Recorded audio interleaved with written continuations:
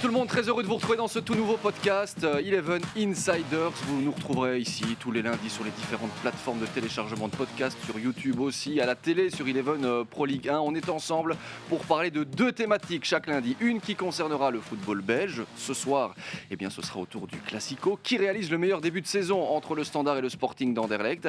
Et au niveau du foot international, on s'intéressera à la saison d'Eden Hazard. Est-ce la saison de notre Diable Rouge? On en parlera notamment avec Jonathan Lange. Bienvenue dans ce premier numéro d'Eleven Insiders.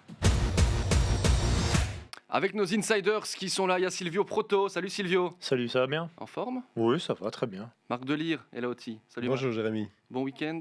Excellent week-end. Et puis il y a Hugo Siquet qui est avec nous également, un insiders parmi les insiders. Salut Hugo. Bonjour à tous. Bonjour Hugo. On va commencer avec votre petit moment du week-end. Hugo, j'ai envie de commencer avec vous. Je ne vais pas vous demander quel est votre moment du week-end. Vous allez me dire la victoire. Du coup, c'était quoi? C'était le but de Selim Amala ou le sauvetage sur la ligne d'Al-Dakil dans les arrêts de jeu?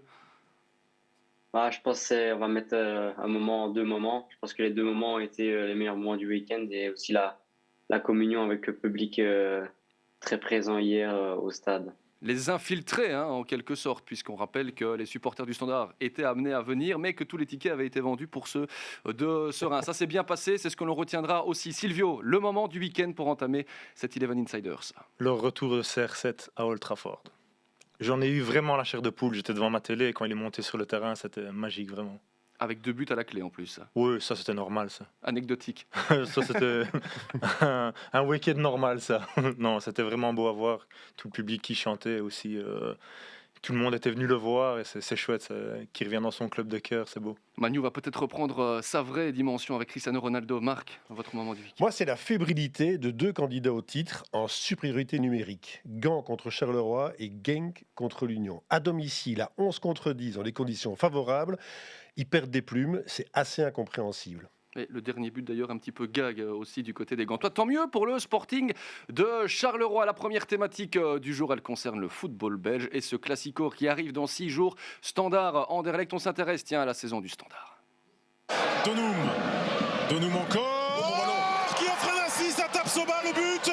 Le Standard s'impose, ça faisait très longtemps que le Standard ne s'était plus imposé du côté de Zulte. Oh là là là là, et non pas un cinquième. Si, il met le cinquième. Venir s'imposer 2-5 au Standard, c'est pas donné à tout le monde. Voilà, il va falloir se relever, aller chercher un résultat positif du côté du Kiel. Avec le but de Klaus, le Standard, qui s'impose, qui aura bien réagi. La poussade, Valser, Mitrel encore là, et qui s'offre un triplé. Une de plus pour l'Union, qui a marché sur le Standard. Petit pas de côté, élan, et but. Ça passe Soudic, victoire du Standard 0-1. Victoire du Standard 0-1, on a vu les up and down de cette saison des Liégeois. On en parle dans un instant avec Marc et Silvio. Hugo, je voulais d'abord venir vers vous sur le match d'hier. Est-ce que le Standard méritait vraiment de le gagner? Moi, je pense que on n'a pas montré le meilleur football. Il y a des matchs comme ça où on doit savoir gagner avec la mentalité et en se battant. Et c'est ce qu'on a fait hier. On n'a pas montré un super beau football, mais on a su justement être efficace et montrer un visage plus conquérant, plus déterminé. Marc, c'est ça qui change? Malgré que... Non, allez-y Hugo. Malgré que dans le jeu, on soit peut-être un peu moins bon, il faut aussi qu'on sache gagner des matchs avec le mental et en jouant moins bien. Marc, c'est ça aussi peut-être qui change de la saison dernière où dans ce genre de match-là, quand le Standard ne jouait pas bien, il ne les gagnait pas. Non, mais il a raison Hugo, peu importe la manière hier. Et puis, il ne faut pas oublier que hier, le Standard alignait derrière Hugo Siquet, 19 ans, Al-Dakil, 19 ans, Sissoko, 20 ans, Gavori à 26, fait comme si c'était un vieux. Et n'oublions pas que Baudard n'a jamais que 23. Alors, ok, c'est serein en face, mais on joue avec des gamins, donc c'est normal quelque part. Et il a raison Hugo, après la claque contre l'Union, après la fessée de l'Antwerp, ils rebondissent à chaque fois, c'est ça qu'il faut retenir. Donc pour moi, leur début de saison, il n'est pas vraiment raté. Je ne dis pas qu'il est réussi complètement, mais il n'est certainement pas raté. Alors Mbaye déclarait, on prend les points, c'est l'essentiel pour l'instant, mais pour les supporters, on a déjà pu les entendre aussi, c'est pas suffisant le niveau de jeu quand on est supporter du Standard. Il les connaît bien les supporters du Standard. Ok pour peut-être le niveau de jeu, mais la mentalité, je trouve que la mentalité a une grande différence par rapport à l'année passée. À la fin de saison, c'est pas pas la même équipe. D'un autre côté, c'est vrai qu'au Berscott, Bodard a joué aux pompiers. Ici aussi, il sauve le match. Après, c'est bien pour lui parce qu'il est dans la lignée des grands gardiens du Standard. Parce que le Standard a toujours eu de bons gardiens. Et il est là quand son équipe en a besoin. Donc, c'est important aussi pour lui de se montrer. Mais c'est vrai, ce que tu disais, c'est une jeune équipe. Et je pense qu'un Leifis derrière, il peut aider aussi, d'aider tous ces petits jeunes. N'oubliez pas, il y a eu, et Hugo pourra peut-être le confirmer aussi, il y a eu beaucoup de transferts entrants, beaucoup de jeunes. Il faut trouver l'équilibre là-dedans. C'est pas simple. Hein. Des mecs des Belges qui sont partis très tôt à l'étranger, qui n'ont pas vraiment réussi, c'est pas forcément obligatoirement un gage de réussite dès leur retour au pays. Il faut leur laisser aussi un petit peu de temps. Mais on sait qu'actuellement, et au Standard a fortiori, on n'en a jamais. Hugo, d'accord avec ce que dit Marc, ou il y a aussi quelque chose en plus derrière pour expliquer ces différents soucis durant le début de saison? Ouais, il y a plusieurs explications. Le fait de l'adaptation, je pense qu'il faut un temps à tout joueur pour s'adapter. Voilà, je prends l'exemple d'Nkunku qui, lui, je trouve, s'est super bien adapté, a fait un bon match hier, et d'autres joueurs où ça va peut-être prendre un peu plus de temps. Et c'est de là aussi les hauts et les bas. On parlait aussi de la défense. Voilà, je pense que c'est bien qu'on mette une défense jeune et qu'hier, malgré une défense avec cet âge-là, on sache garder le zéro. Et voilà, peut-être que la différence avec l'année dernière où on ne gagnait pas ce genre de match, c'est dans la mentalité. On voit que tout le monde a faim et veut se donner à 100%. Bon, en attendant, le bilan, comme le disait Mbaye, il n'est pas négatif. C'est 13 points sur 21. C'est un petit point de moins si on compare à ce qu'ils avaient fait la saison dernière. Par contre, il y a eu des victoires, c'est vrai. Il y a aussi eu 2 naufrages sur lesquels j'avais vraiment envie de revenir aujourd'hui. Il y a ce match contre l'Antwerp et surtout ce match contre l'Union Saint-Gilloise qui mettent en avant les soucis défensifs de cette équipe. Oui, ou alors les grandes qualités de l'Union. Parce que C'est un mix des deux. Qui n'a pas eu de problème avec l'Union cette saison? Même Bruges a gagné avec chance. Même Anderlecht. Donc voilà, aussi, donc ouais. il faut voir des deux côtés des jeux. Moi, je voudrais bien savoir l'influence qu'a la disparition totale ou partielle de grands cadors, Hugo, dans le vestiaire, comme Carcella, comme Lestienne. Mamamala n'a pas toujours eu son mot à dire. On a le sentiment que Mbaye est en train de niveler un petit peu et de donner sa chance à tout le monde. Est-ce que ça n'a pas aussi une influence sur la suite des événements du Standard? Si, c'est possible. Je pense que tout le monde se sent un peu menacé. Personne n'est sûr de sa place. Et le coach le répète chaque semaine que personne n'est titulaire indiscutable. Et ça remet un peu en question toute la hiérarchie du noyau. Voilà, c'est vrai que Mehdi a été un peu écarté ces derniers temps, mais au niveau du leadership dans le vestiaire, voilà, il y a toujours des personnes qui sont là. Arnaud s'impose comme leader. Il y a Colin Sfai qui est aussi là. Donc voilà, je pense que malgré que certains, on va dire, leaders qui étaient là avant sont plus là, il y en a d'autres qui viennent et on sent que ça tourne et que tout le monde est un peu, tout le monde prend ce rôle à un moment donné parce qu'on n'a pas trop le choix. Oui, mais vous parliez d'Arnaud. On va l'écouter parce qu'à un moment donné dans la saison, c'est aussi lui qui a un petit peu lâché tout ce qu'il avait. Il a pris ses responsabilités et il en avait marre. On l'écoute, c'était après le match contre l'Union. Pour un gardien, ça commence à faire beaucoup. Ça commence vraiment à me faire chier. Là, faudrait pas une fois de plus pour faire déborder la goutte. Mais bon, que voulez-vous dire? Hugo, que voulez-vous dire? Vous répondez quoi à votre pote?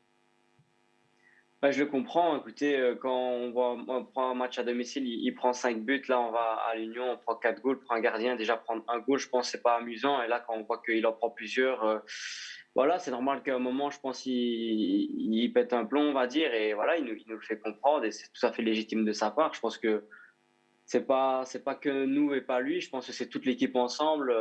Voilà, il y a des moments où voilà, il y a une succession de choses qui font qu'on pète un plomb. Et voilà, à l'Union, c'était Arnaud. Après, voilà, je pense que lui aussi sait que parfois il fait des erreurs et parfois il nous sauve. Et je pense que c'est vraiment le collectif. On est conscient que quand on n'est pas bon, on n'est pas bon tous ensemble. Et quand on est bon ensemble. Et voilà, je pense que là-bas, c'était le collectif qui était pas du tout bon. Un Standard solidaire, on pourrait résumer cela aussi un petit peu comme ça, la prestation d'hier. Silvio, qu'est-ce qui cloche finalement peut-être dans la construction du Standard cette saison? Ah, mais c'est pas facile, comme on l'a dit, des jeunes joueurs. Moi, je pars du principe où quand tu veux faire des résultats, il faut une personne expérimentée dans chaque secteur de jeu. Donc il en faut en attaque, au milieu de terrain, en défense. Et là aussi, ces petits jeunes, ils n'ont rien à perdre en fait. S'ils mettent la mentalité, le public sera derrière. Donc ils doivent se lâcher, aller. Il parlait, c'est vrai que Bodard a encaissé beaucoup de buts en 2 matchs. D'un autre côté, je pense qu'ils ont 3 clean sheets.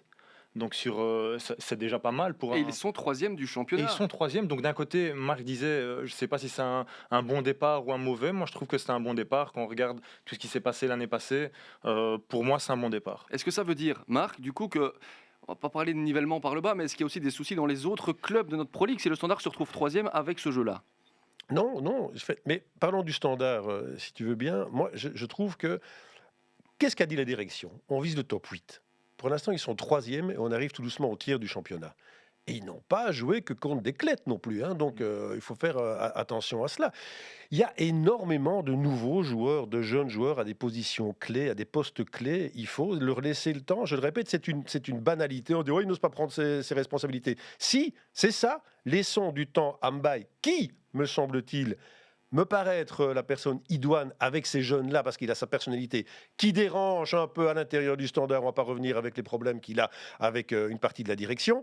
Mais en attendant, à l'heure actuelle, c'est pas si mal que cela. Mais mettez-vous à la place des supporters aussi. Mais oui, mais les supporters, il faut qu'ils arrêtent de les voir encore en finale contre Barcelone en 83. C'est plus la même équipe, Ça n'existe plus, ça. C'est fini, Nagelmacher, c'est Maspils.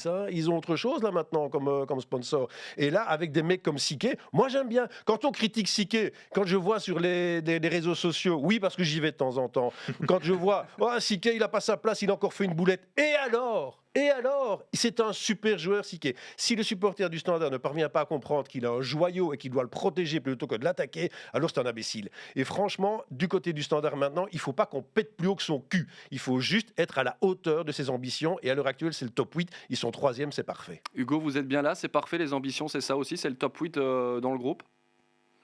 Oui, bien sûr. Je pense que nous, notre objectif, c'est de faire mieux de l'année passée, d'offrir aux supporters aussi un classement qu'ils méritent, parce que ces dernières années, ça a été un peu compliqué. Et voilà, parfois, il faut qu'on prenne des points le plus tôt possible, et malgré la manière, et c'est ce qu'on fait, on essaie de prendre le plus de points possible. Et pour le moment, voilà, malgré qu'il y ait eu les deux bévues, on va dire, contre Antwerp et contre l'Union, là, on sort quand même d'un 9 sur 12, on est 3e, et je pense qu'il faut aussi retenir le positif, et que voilà, je pense que le jeu, au début de saison, on a fait des très bons matchs. Quand je pense, on a joué contre Genk, on a fait un super match. On se crée des occasions. Même contre l'Antwerp, je pense que le score est un peu dur. On prend 5 goals.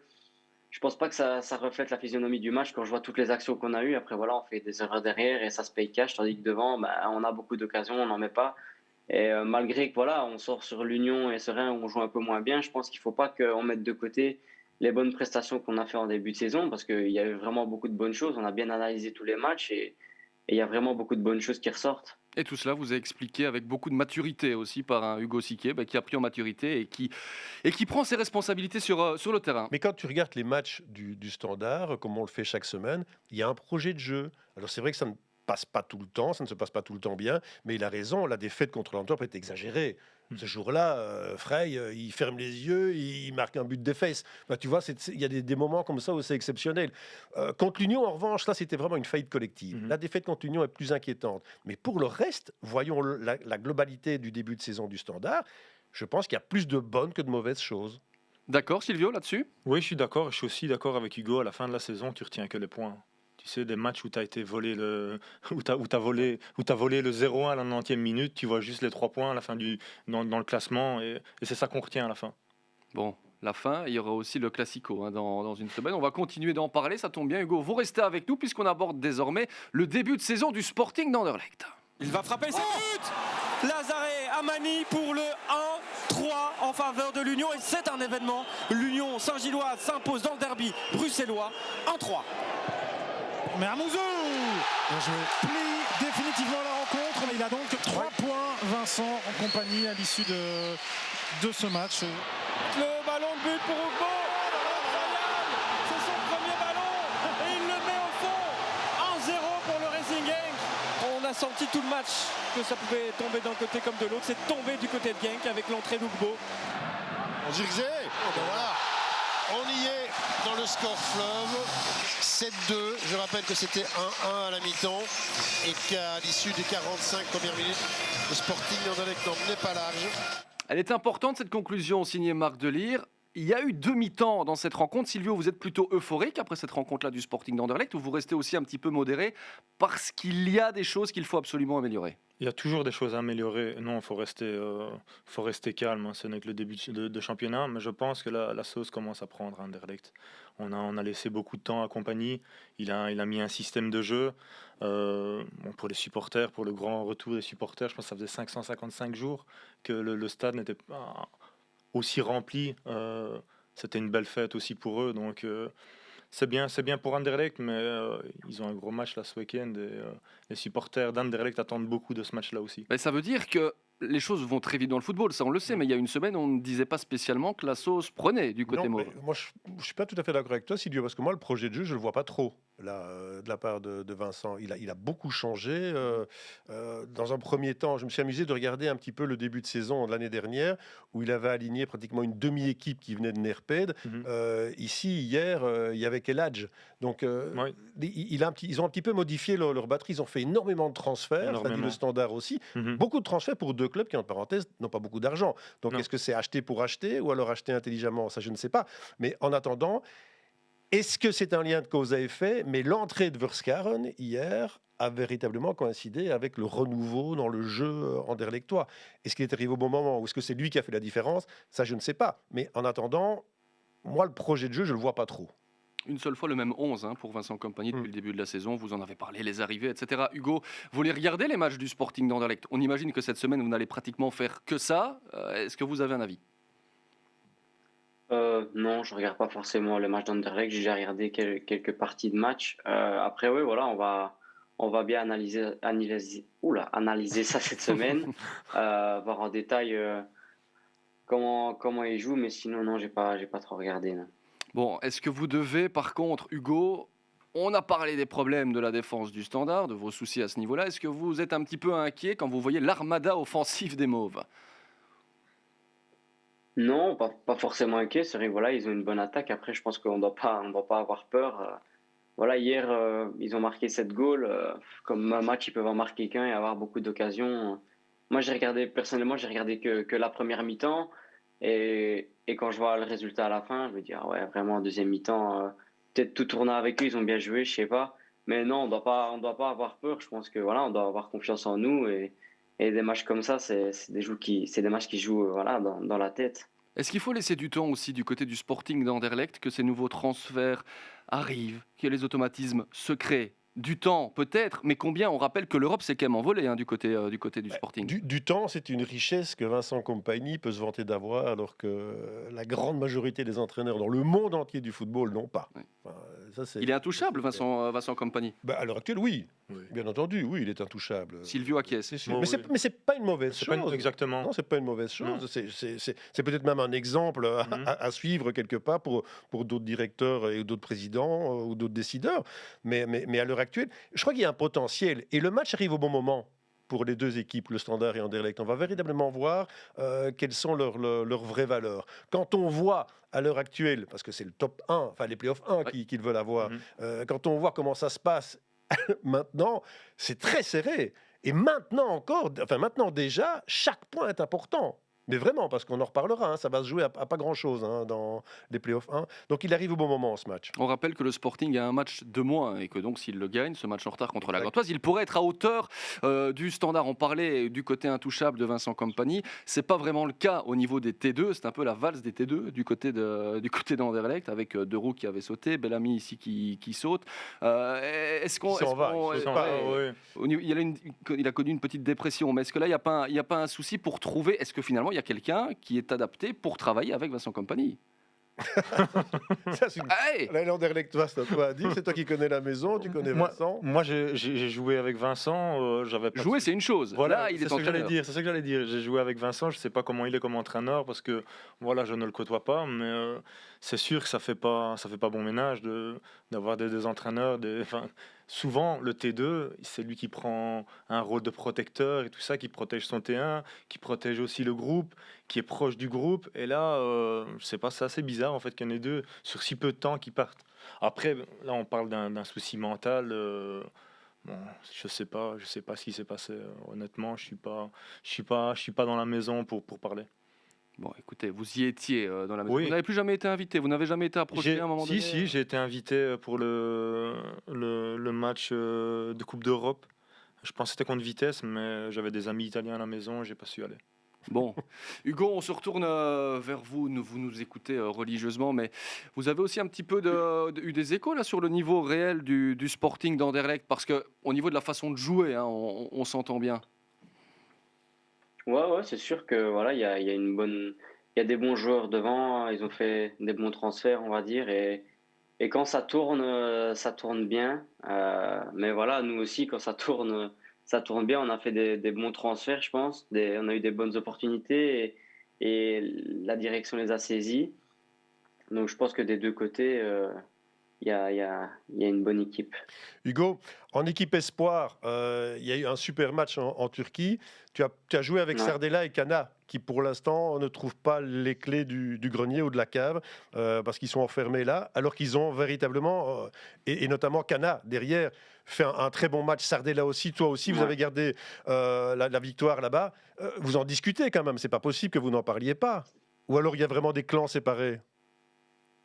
Non, on en discute. On discute un peu de tout en équipe nationale. C'est vrai que voilà, quand on voit le talent de Marco ou le talent de Kylian, parfois on peut se demander pourquoi il ne joue pas. Après, voilà, moi je ne sais pas ce qui se passe à Anderlecht dans le noyau. Je ne sais pas les dessous de l'équipe. Donc, mais c'est vrai que voilà, quand je vois leur talent et ce qu'ils montrent, parce qu'ils ont fait un très bon match là-bas en Turquie, et pas que en Turquie, je pense qu'au Kazakhstan aussi.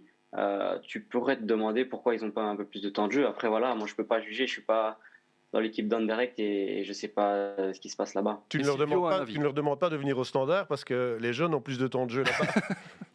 Hugo, moi je peux peut-être te Non, donner je une crois- petite réponse à ça. Tu sais que quand Anderlecht, médiatiquement parlant, est le plus grand club de Belgique, aussi dans les titres. Quand on joue Anderlecht, en fait, on a une pression énorme. Tu t'en rends peut-être pas compte, mais si tu parles un petit peu avec eux de la pression, ils vont te le dire. Tu n'as vraiment pas le droit à l'erreur, en fait, à Au Anderlecht. Standard, Il y a de t'as la droit à pression aussi, l'erreur. oui, c'est ça. Mais c'est pas le même public. Demande-lui la pression s'il l'a pas. Il l'a toutes les semaines, Hugo. Oui, Attends, mais c'est pas la même Ouais. pression, vraiment. C'est vraiment pas la même pression. Tu sais, les supporters du Standard vont être contents avec un bon engagement que Anderlecht. Moi, ne suffit pas. je parle de mon époque, Ouais. qui est plus la même époque. Si c'était pas 2-0 à la mi-temps, on était sifflé. Hein. Et tu sais, quand tu joues, tu as un petit peu. Regarde maintenant. Bah, il suffit de regarder ce week-end. Retour des supporters dans les stades. C'est Exactement. 1-1 à la mi-temps. Mm. Coup de sifflet au moment du retour au vestiaire. Ouais, pas trop, je trouve. Pas trop. Il y en avait. Mais il y en a Oui, déjà oui, eu cette oui, année-ci. oui, hein. oui, Cette oui, année-ci, il y en a eu. Donc ça va être une saison plus compliquée pour les jeunes d'Anderlecht, cette saison-ci. Après, il y en a, quand tu regardes, il y en a moins maintenant dans le 11 de départ. Tu l'as dit, de Nerped. Et c'est peut-être aussi une conséquence. Quand tu regardes aussi quasiment tous les transferts qui sont arrivés ont apporté quelque chose. Donc d'un C'est côté, ça. ils ne se sont pas trompés dans les transferts aussi. Moi, je pense que le process, comme il l'appelait, de faire jouer Nerped, il a voulu peut-être aller trop vite.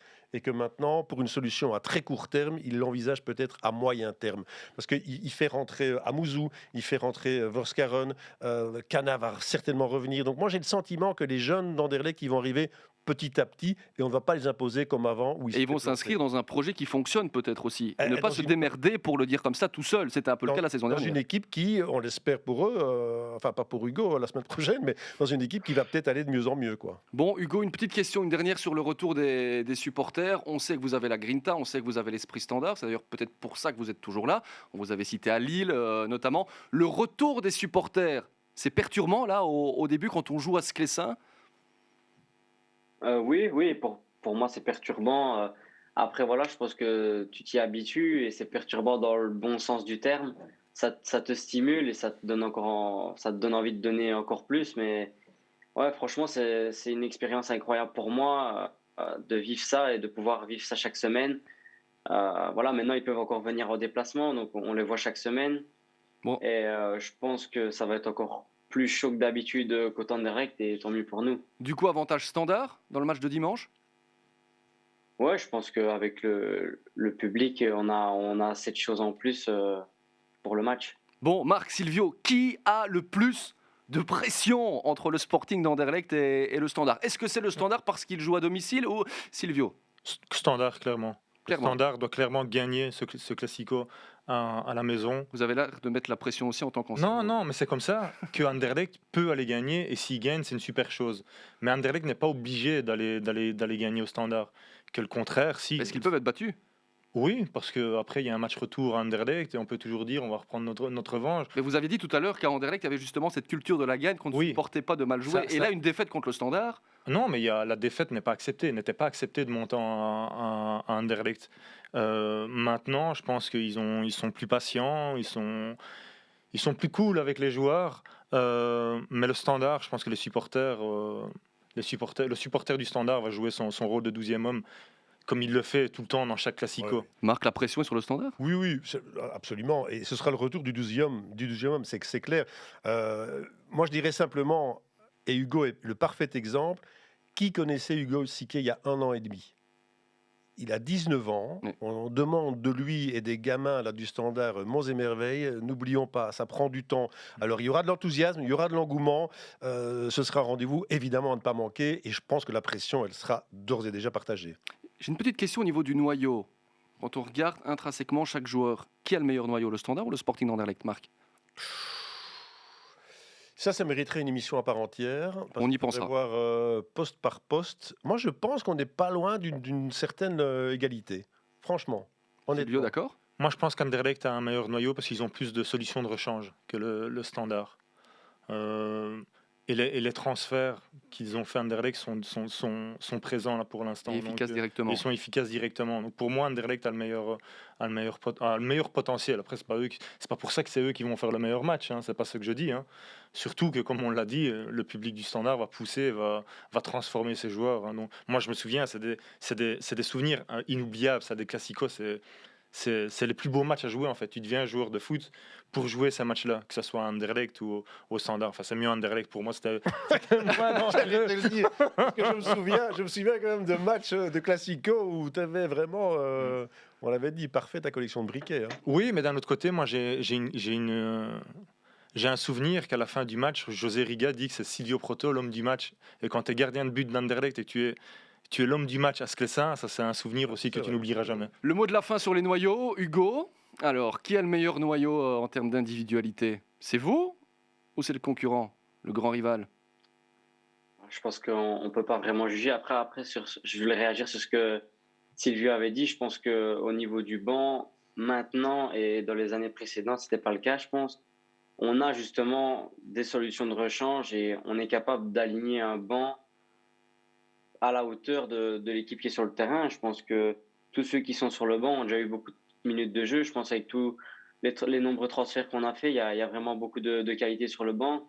Quand je pense contre l'Union, il y avait Denis, Hamza, Chimirot, Raskin. C'est des joueurs qui ont vraiment des grandes qualités. Et quand on peut se permettre de justement mettre des joueurs comme ça sur le banc, c'est que justement le noyau est élargi et avec de bonne qualité. C'est le mot de la fin. On en arrive à la conclusion justement avec tout ce que l'on vient de dire maintenant. Vous avez un mot. J'en accepterai peut-être un deuxième. Vous allez me dire, à tour de rôle, qui va remporter du coup ce Classico? Question très simple finalement avec tout ce qu'on a dit. Marc? Match nul. Silvio? Moi, je pense que le Standard va gagner. Et Hugo? Le Standard. Standard. Vous le pensez vraiment? Vous pouvez, hein, vous pouvez dire si vous ne le sentez pas, par exemple. Vous n'allez pas le dire parce que vous êtes professionnel et vous ne pouvez pas, mais vous avez quand même un peu hésité là. Non, mais c'est des matchs qu'on doit gagner. Voilà, je sais l'importance que ce match-là aux yeux des supporters et voilà, on doit partir pour gagner, penser gagner et gagner ce match et c'est comme ça, c'est de la culture liégeoise, des matchs comme ça, on doit gagner. En tout cas, vous avez vraiment la mentalité liégeoise. On vous remercie d'être passé dans ce premier numéro d'Eleven Insiders, en toute franchise, avec beaucoup de maturité. Merci beaucoup Hugo et bon match dimanche. On sera là, bien sûr, Merci sur Eleven beaucoup. Pro League. Merci beaucoup, au revoir. Salut Hugo, au revoir. À Bonne très chance. bientôt. Nous, Salut, on au enchaîne Merci. dans quelques instants. Mais oui, avec la deuxième thématique du jour, on va parler football international, messieurs. Jonathan Lange va nous rejoindre, le chef des sports de l'ADH, pour cette question. Est-ce enfin la saison d'Eden Hazard? Il est là, je vous assure, je ne vous ai pas menti. Regardez, Jonathan Lange. Ça va, Jonathan? Ça va, bonjour à tous. Bonjour, Jonathan. Expert du foot international, hein, on le disait, chef des sports aussi à l'ADH. Très heureux de vous avoir avec nous Plaisir pour partagé. cette première. Et comme vous êtes un expert du foot international, que vous ne ratez aucune rencontre des Belges, on voulait avoir votre top 3 du week-end côté Diable. Ouais, un top 3 consacré à des hommes qui ont été doublement décisifs finalement tout le week-end. Romelu Lukaku, un doublé contre Aston Villa. Michy Batshuayi, doublé contre Malatyaspor. Et Yannick Carrasco, un but, une passe décisive pour cette victoire de l'Atlético à l'Espagnol. Ce qui montre quand même que quand on parle des grands d'Espagne, l'Atlético est peut-être le plus grand en ce moment. Il n'y a pas Eden Hazard dans votre top 3, Jonathan ? Non, parce que je savais qu'on allait en parler après. Absolument, c'est notre focus du jour et pour l'entamer, on va revenir sur le début de saison d'Eden.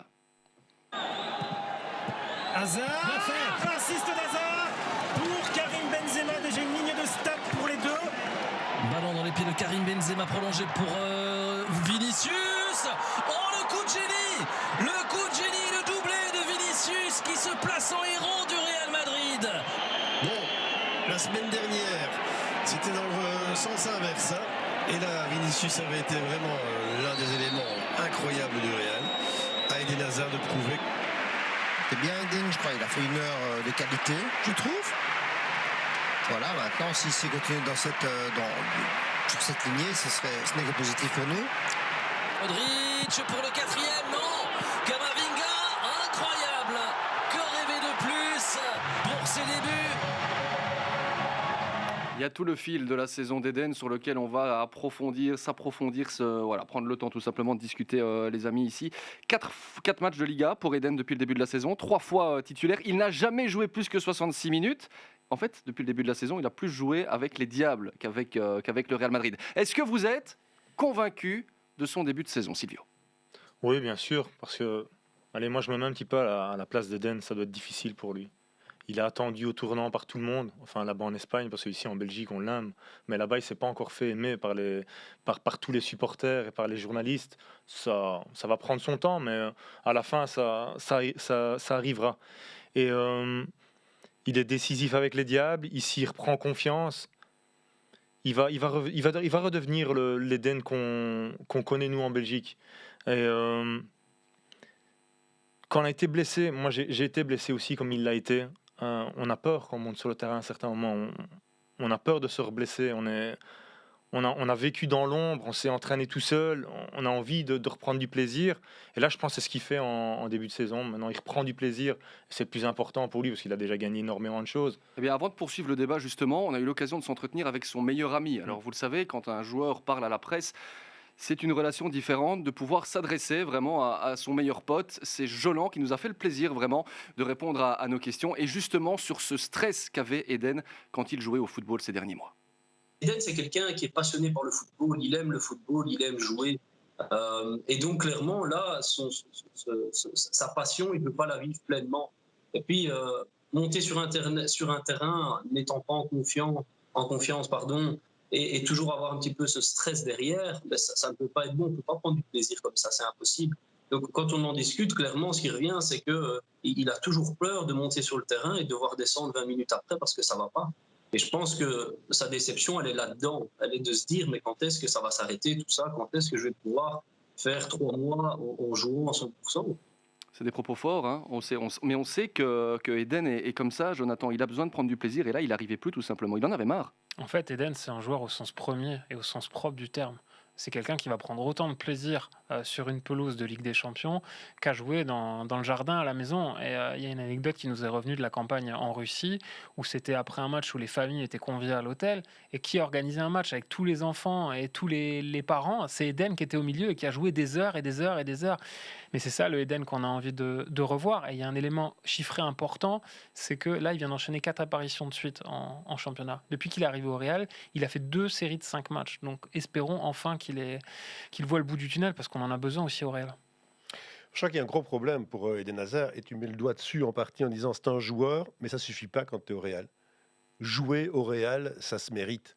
C'est pas parce que tu étais le meilleur joueur de France, le meilleur joueur d'Angleterre, et que tu arrives au Real en disant je vais être le meilleur, et que tu es le meilleur. Non, ça se mérite. Et je trouve qu'à la base, il n'est pas arrivé dans de bonnes conditions.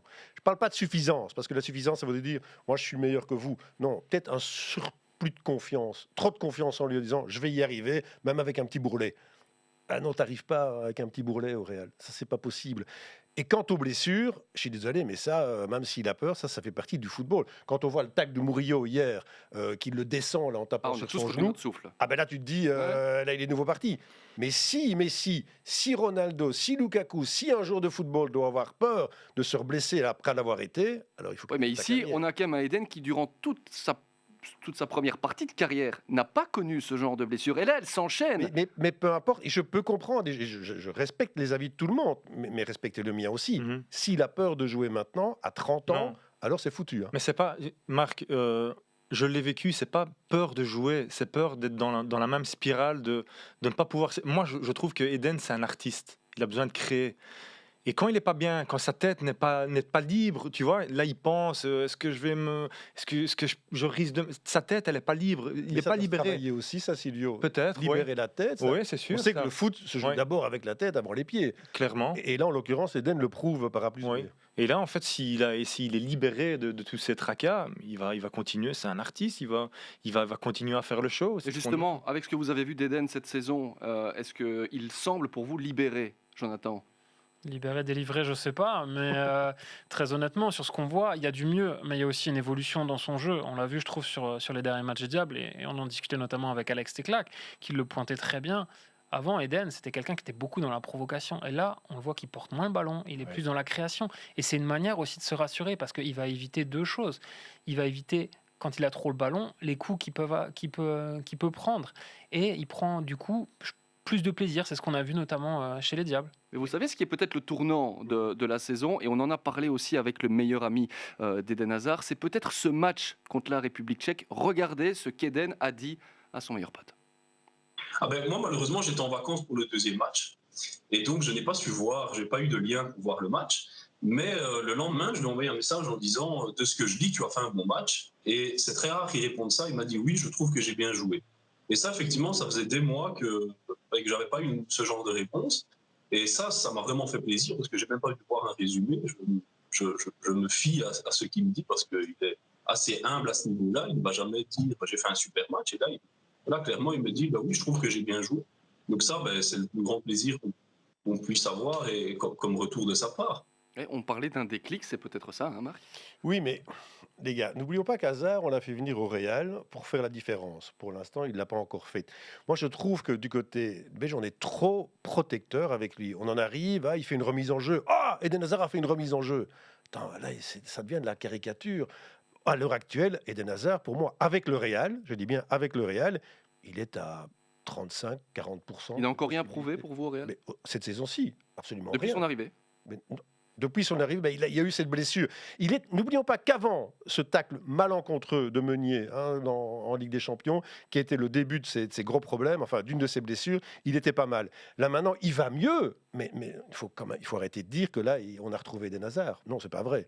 On l'a pas retrouvé. Moi, Hazard, je l'ai vu une seule fois, comme je l'imagine depuis toujours, c'est contre le Portugal. Là, on voit un mec, il va tellement à fond dedans qu'il se claque même. Mais contre la Tchéquie, très bien, c'est vrai, mais il peut encore faire beaucoup mieux. Et avec le Real, excuse-moi, mais il y a plus de talent dans l'équipe du Real que chez les Diables Rouges, dans son poste. Et donc, c'est logique qu'il ne joue pas tout le temps. Marc parlait, Jonathan, de la presse belge qui devient un petit peu folle dès qu'Hazard touche le ballon. C'est tout le contraire en Espagne. En Espagne, une semaine, c'est bien, l'autre semaine, il se fait flinguer. Elle est folle dans l'autre sens, la presse en Espagne. Les joueurs se plaignent souvent des critiques médiatiques qui sont trop acerbes en Belgique. Il suffit d'aller voir en Espagne parce que c'est une presse qui est partisane. C'est un mythe, c'est l'objectivité de la presse. Mais je pense qu'en Belgique, on a quand même une presse qui est, on va dire, un peu plus neutre. En Espagne, ce sont des journaux qui sont clairement partisans, que ce soit Marca ou AS. Et ils ne l'ont pas épargné. Je me souviens d'un début de rassemblement à Tubize où la presse espagnole avait débarqué. C'était la chasse au kilo d'Eden. Et c'était objectif, on va trouver un autre journaliste pour dire du mal d'Eden ou de Courtois, qui à l'époque était aussi dans le dur. Au final, ils n'en ont pas trouvé. Ils sont repartis la queue entre les jambes. Donc c'était un gros problème pour eux. Et c'est vrai qu'ils ont une propension à monter les joueurs très haut et à les descendre plus bas.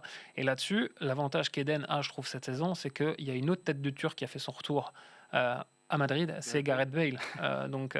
Le golfeur qui ne parle pas anglais alors que ça fait depuis 2013 qu'il est là-bas.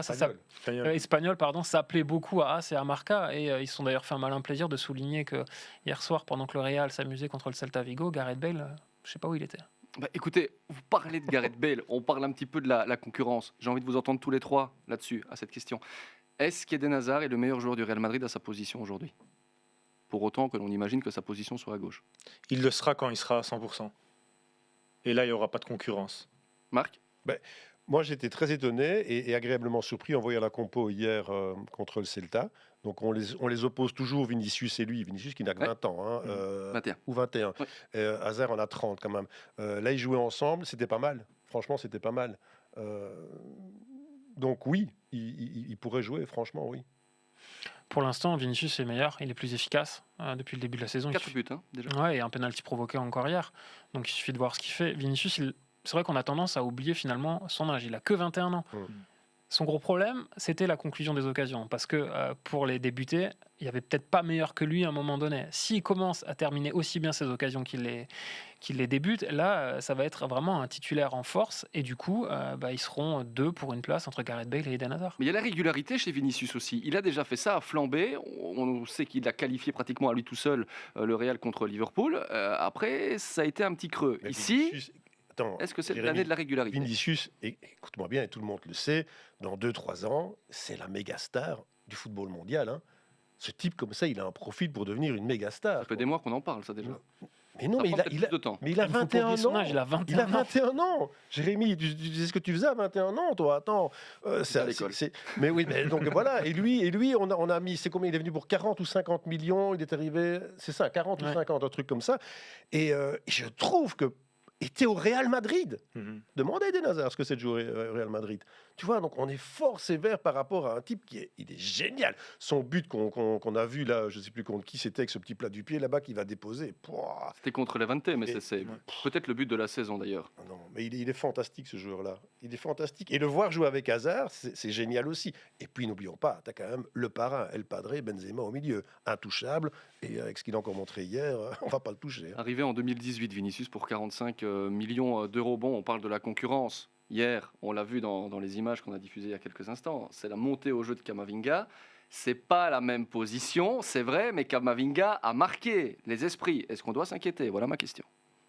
Pour Eden, non. Après, Camavinga, c'est complètement un autre registre. Ils avaient besoin de 109. Modric, il a 36 ans. C'est vrai qu'on a l'impression qu'avec lui, plus le temps passe et meilleur il est. Il fait un match de malade. Je sais pas si tu as incroyable. vu le match hier de Modric, mais à un moment donné, tu avais l'impression qu'il avait rajeuni 10 ans dans ses accélérations qu'il a faites. À un moment donné, c'était Il a retrouvé son stade, hein, le Bernabéu. Ouais, ça aussi. Toni Kroos est là. Un garçon comme Valverde est hyper utile aussi. Il est tout jeune. Camavinga, il a aussi énormément de choses à se faire pardonner. Casemiro. Parce qu'en France, il a été très très critiqué. Et lui aussi, il est tout jeune. Il a que 19 ans. Hein, donc non, je pense que c'est bien aussi qu'il y ait des nouvelles têtes qui arrivent dans cet effectif qui a besoin aussi de se régénérer. Parce que faut pas oublier que le Real, l'année dernière, n'avait recruté personne. Et ça, ils l'ont quand même payé à un moment de la saison parce que c'est une équipe. Quand elle a beaucoup gagné sous Zidane, il faisait jouer une équipe A en championnat, une équipe B en Ligue des Champions. Oui, mais justement, il y aura pas mal de matchs. Est-ce qu'Eden peut tout jouer, justement, Ligue des Champions, championnat et les coupes? Bon, c'est pas possible, ça. Aucun joueur au monde ne joue tous les matchs. Hein. Ou alors, t'es cuit aux 3/4 de la saison. Pedri au Barça l'année dernière. Oui. Mais non, c'est peut-être l'exception qui confirme la règle. Hein. Non, c'est impossible. Impossible. Et de toute façon, aussi pour les supporters du Real, il faut du neuf. Hein.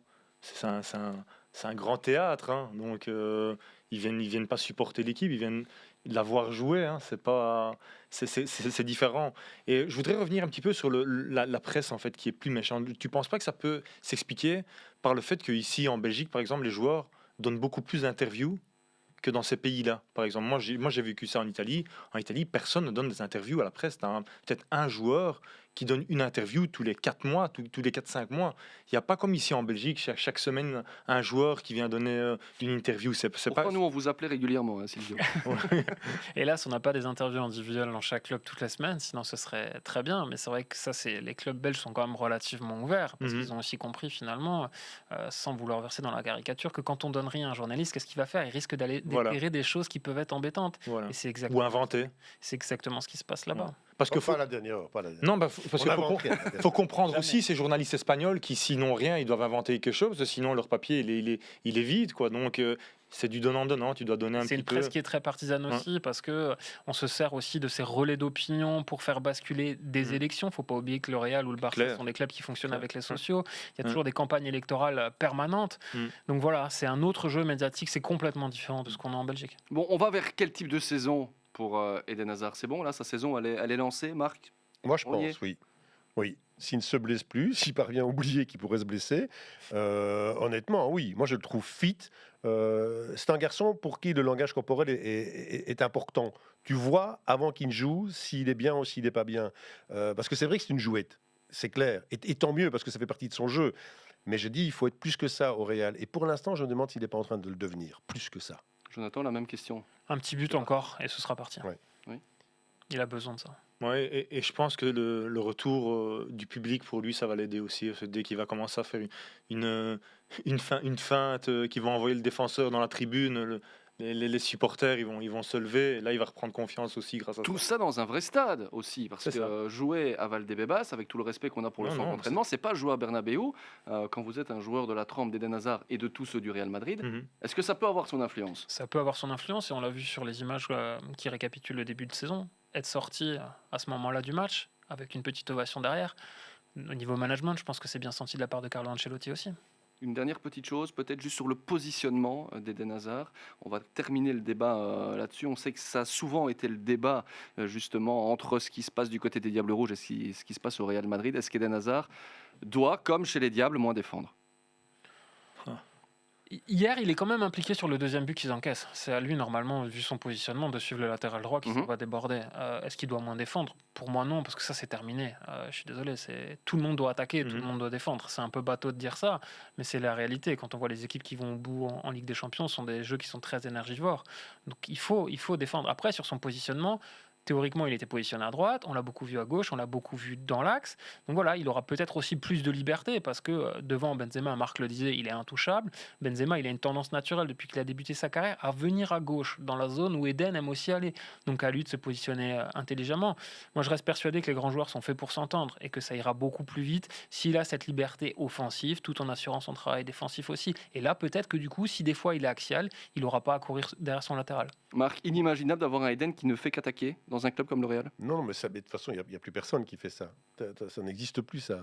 Allez, peut-être un peu Messi, mais c'est Cristiano qui confirme là. Oh, Cristiano, il vient défendre. Hein, Cristiano, un petit peu plus ces derniers temps. Plus que Messi. Ce qu'il faut pour Eden Hazard, c'est qu'il réussisse ce pourquoi on l'a fait venir. La différence. Qu'il ose et qu'il réussisse. Voilà, et des buts aussi, évidemment des buts, mais un petit pont, ce sera déjà bien aussi. Vous dites petit pont, tu vois. Mais vous avez dit qu'il fallait pas s'emballer, Marc, sur le moindre geste d'Eden Hazard. Et vous êtes mais entre une remise en jeu et un petit pont, excuse-moi. Il y a déjà un step. Mais s'il fait un petit pont sur une remise en jeu. Oh, ça c'est joli ça. Alors là, écoutez, c'est là-dessus qu'on va se laisser d'ailleurs. C'est vraiment le mot de la fin. On verra si Eden Hazard est capable de nous régaler. On le souhaite, en tout cas, si on vous écoute. Messieurs, ce sera le cas. Merci beaucoup, Silvio. Avec plaisir. À très bientôt. À bientôt. Vous reviendrez, hein? Bien sûr. On a retenu aussi que le Standard pour vous allait s'imposer ce week-end dans le Classico. Jonathan, merci beaucoup. À bientôt, merci à vous. À très vite, Marc. Ben écoutez, je dois commenter le Real le week-end prochain, donc je vous dirai quoi pour Eden. Et ce week-end en Pro League, vous faites quoi? Charleroi-Bruges, évidemment. C'est le match au sommet, hein, excuse-moi. Il y en aura deux. Il y aura plusieurs matchs au sommet, absolument, sur Eleven Pro League. Merci de nous avoir suivis. Vous nous retrouvez chaque lundi dans Eleven Insiders et vous nous retrouvez sur Spotify, sur YouTube. Écoutez, que demander de mieux? C'est le début d'une nouvelle aventure. À très vite.